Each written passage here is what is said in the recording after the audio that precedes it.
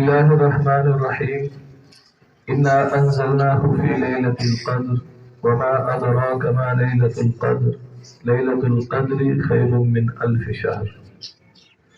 عزیزان گرامی قدر، نبی مکرم صلی اللہ علیہ وسلم ایک مجلس میں بنی اسرائیل کے پیغمبر حضرت شمعون کے عبادت کے مقام کو بیان فرما رہے تھے۔ آپ علیہ السلام نے بیان فرمایا کہ حضرت شمعون نے 1000 مہینہ مسلسل اللہ کی یوں عبادت کی کہ دن پر روزہ رکھتے اور جہاد کرتے تھے اور رات کو سرد سجود رہتے۔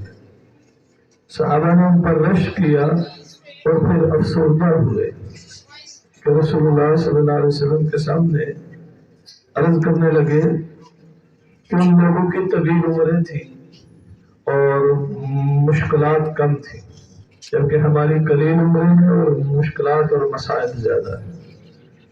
روزگار کے سلسلے میں بھی محنت کرنی ہے، اہل و عیال کو بھی وقت دینا ہے، سونا بھی ہے، اور پھر کچھ وقت عبادت کے لیے ہم نکال پاتے ہیں۔ ہم تو عبادت میں ان کے جیسے ہو ہی نہیں سکتے۔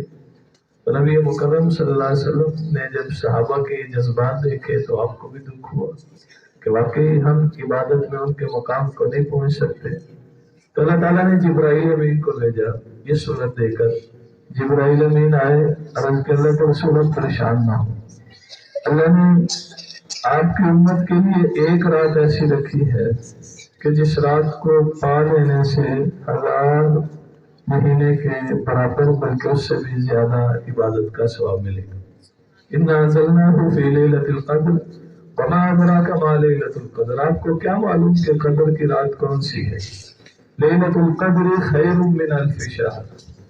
یہ جو قدر کی رات ہے یہ 1000 مہینے سے بہتر ہے۔ 1000 مہینے کے برابر نہیں، بہتر ہے۔ اور ایک رات، صرف ایک رات کی عبادت ایسے ہوگی جیسے 1000 مہینہ بلکہ اس سے بھی زیادہ اللہ کی عبادت کرتے رہے۔ اب یہ کون سی رات ہے؟ حضور خاتم المرسلین صلی اللہ علیہ وسلم نے فرمایا لیلۃ القدر کو رمضان کے آخری عشرے کی 7 راتوں میں تلاش کرو۔ 21 رمضان، 23 رمضان، 25 رمضان، 27 رمضان اور 29 رمضان۔ ان 7 راتوں میں سے ایک رات یقیناً لیلۃ القدر ہے۔ جب ان 5 راتوں میں ایک رات ایسی ہے جو 1000 مہینے سے بہتر ہے تو رمضان کی ان 5 راتوں میں عبادت کرنا کوئی دشوار نہیں ہونا چاہیے۔ جب سودا اتنا نفع کا ہو تو تھوڑی سی مشقت برداشت کی جا سکتی ہے۔